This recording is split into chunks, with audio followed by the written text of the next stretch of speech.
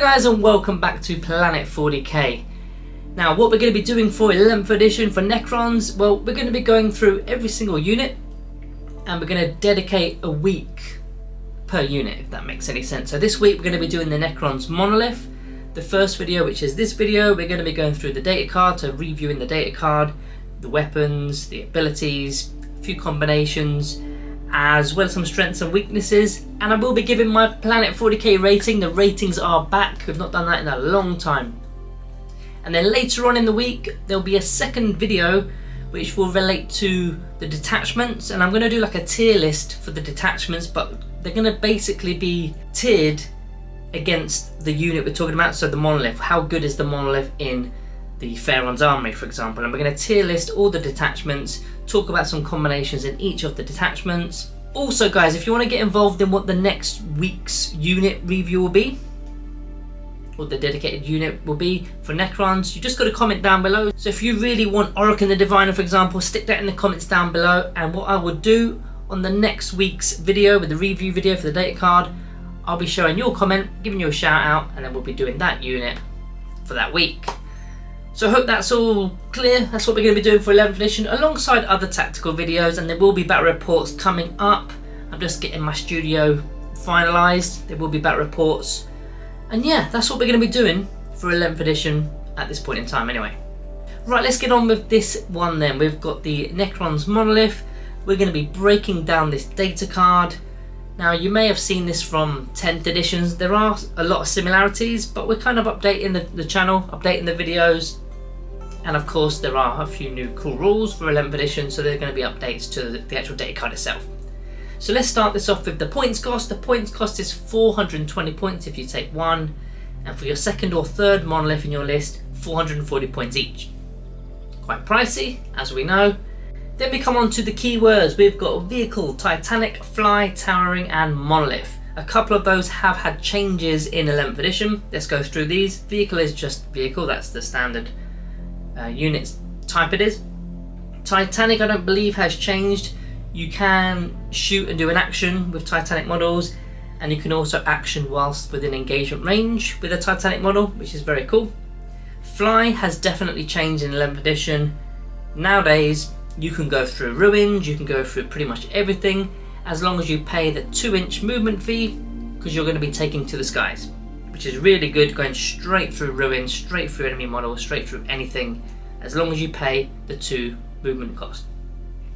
Towering has an upgrade now, so you have instant access to plunging fire. I mean, any unit can have plunging fire if they are up on the second or the first level of a ruin. Obviously a monolith isn't going to get up on a ruin, but they have it automatically, plunging fire. So if your target is within 12 inches, it's a +1 to the ballistic skill, which is actually going to negate cover, because cover now is a -1 to your ballistic skill. So if you're within 12 inch, great. You're not ignoring cover, but you're negating cover with the better ballistic skill. So that's the unit cost, that's the keywords. Let's move down into the actual data card statistics. We have got the following. We've got an 8-inch movement, which isn't rapid for a big unit like this with a big 160 mil base, but the layouts are quite different in 11th edition. They're not as clustered up, there are a lot more spaces, and you might have noticed from a lot of the layouts now there's like double ruins in the center of the maps, so you can actually fit these monoliths into terrain features and defend them, which is quite useful. So you've got your movement of 8 inches, you've got your toughness of 13, which is pretty good, because I mean even las cannons are wounded on 5s because they're only strength 12. So opponents are really struggling to wound a monolith. Obviously lethal hits will bypass the wound roll, so that's probably the kryptonite for a monolith. We've then got the 2+ armor save. I like a 2+ armor save. Who doesn't like a 2+ armor save? Now of course there's no invulnerable save. A lot of people don't like the fact that there's no invuln save.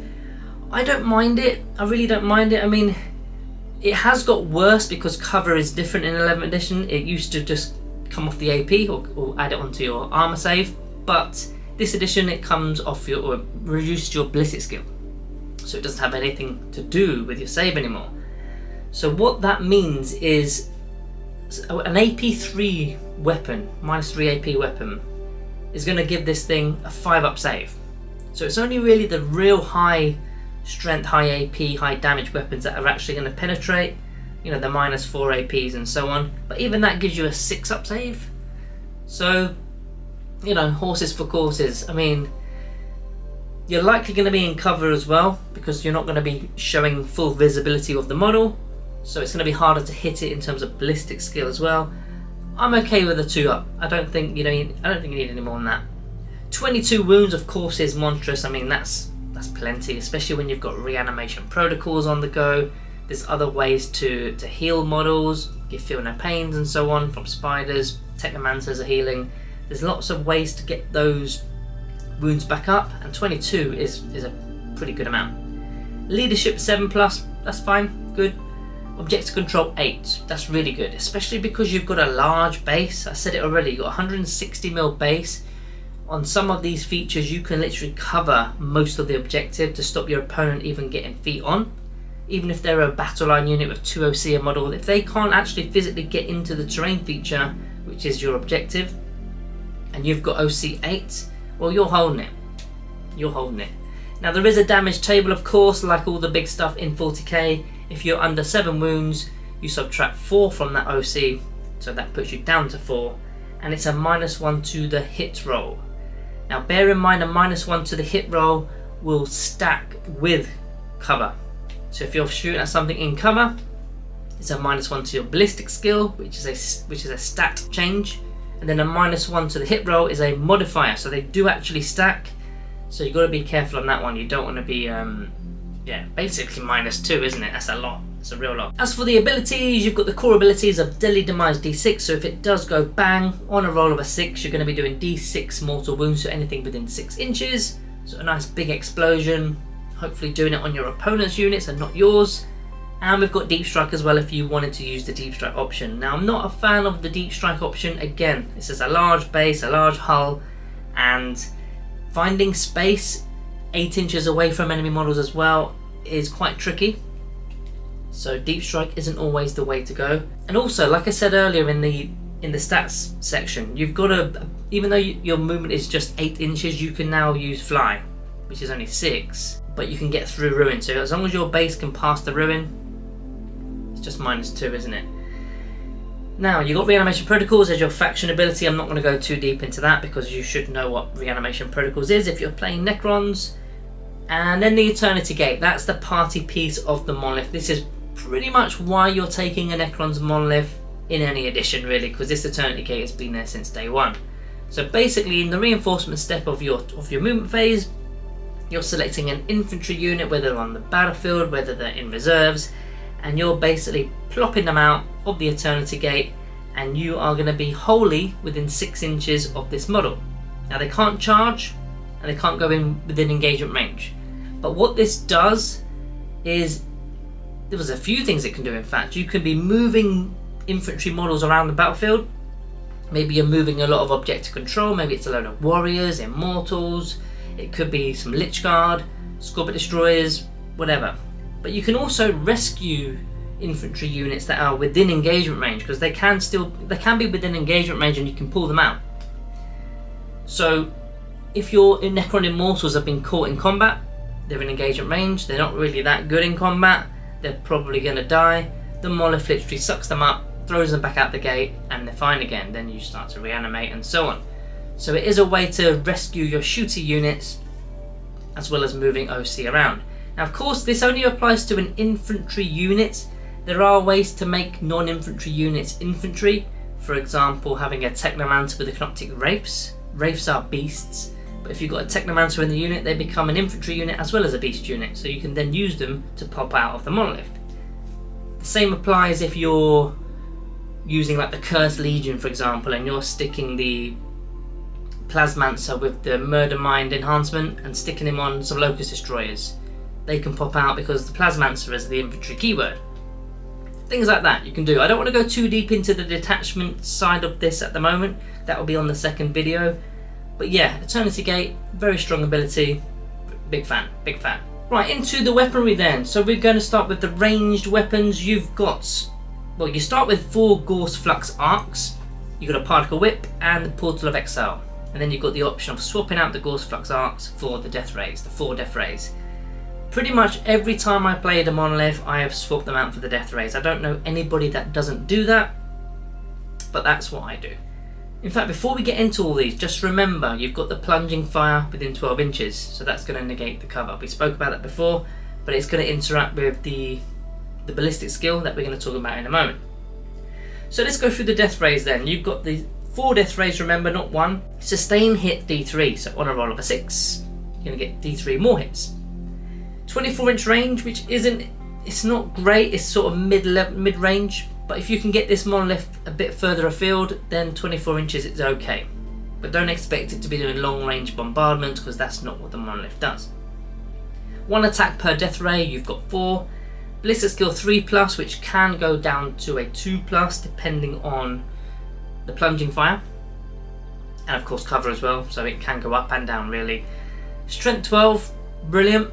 That's fantastic. In fact, you've got -4 to your AP, and then you've got D6 +1 damage. That is slightly swingy. The +1 is helpful. It's a minimum of 2, a maximum of 7.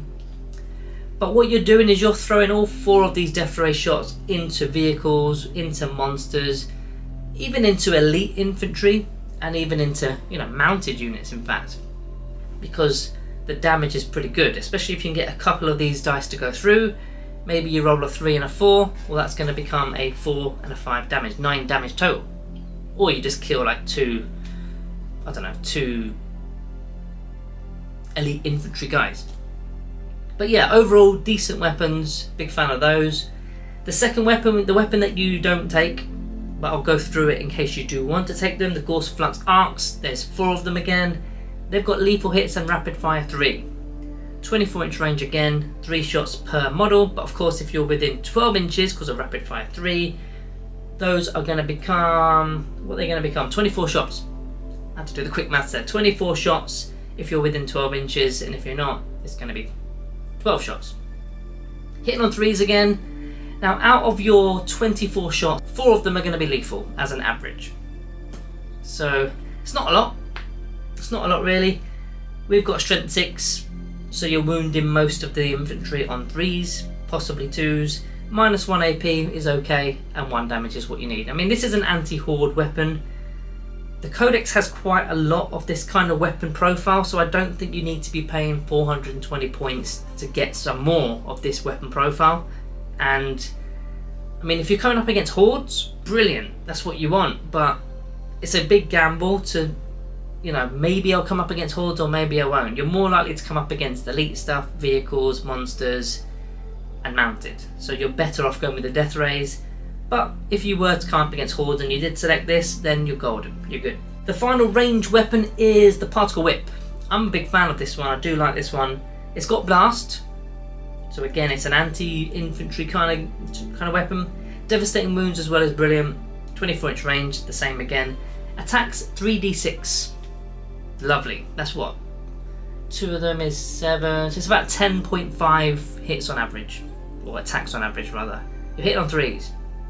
The strength is 8, so you're likely wounding on 2s, if not 3s. Depends on how elite the infantry is. If it's just standard Space Marine models, you're wounding on 2s. -1 AP puts them on a 4-up save, potentially. Depends on what faction you're going up against, of course. But it's 2 damage. That's what I like about this weapon. It will literally flat out kill a Space Marine troop with 1 shot. Don't forget the devastating wounds and blast. Particle Whip, I'm getting, it kills about sort of 4 Space Marines alone in a unit of 5 or unit of 10. Yeah, it's about 4 kills, which I think is decent. Now when you're combining all these weapons together, the Death Rays and the Particle Whip, you're doing a decent amount of damage, and this is just at range, don't forget. There is a melee profile as well. Now the melee profile, you've got the Portal of Exile.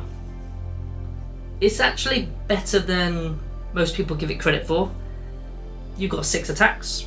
You hit on 2s, which is kind of weird, but you hit on 2s. So 5 of those attacks are likely going to hit as an average.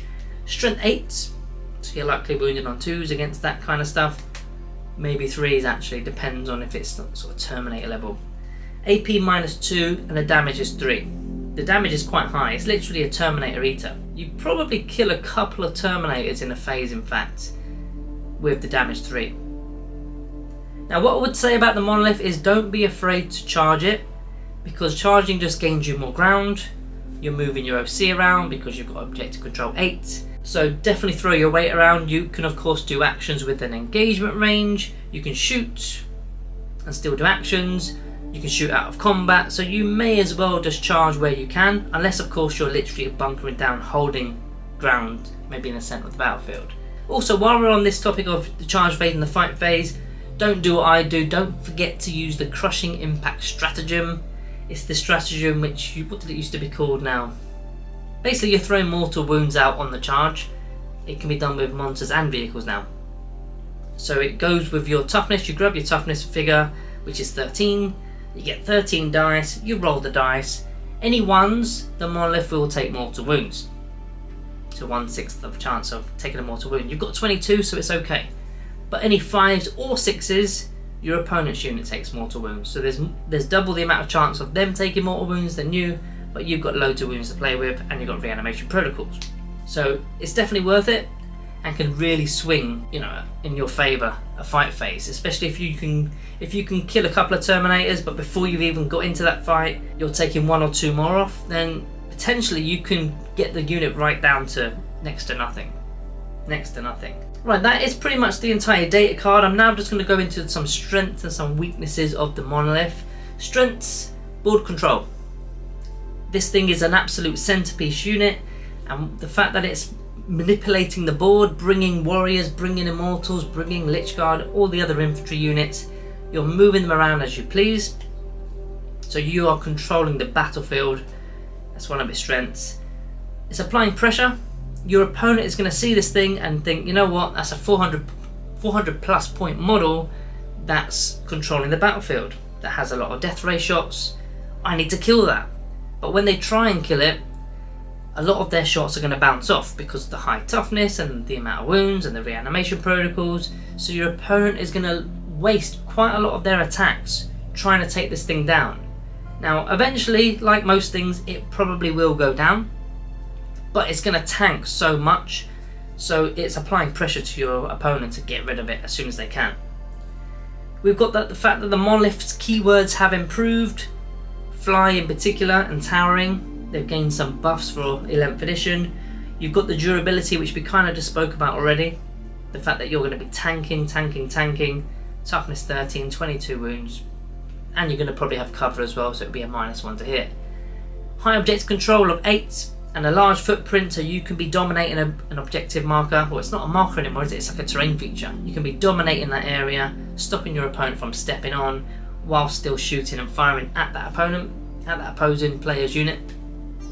It can shoot and it can also fight, and it can pretty much do everything, but you are spending points on it, which is actually in fact the first weakness. It's quite expensive.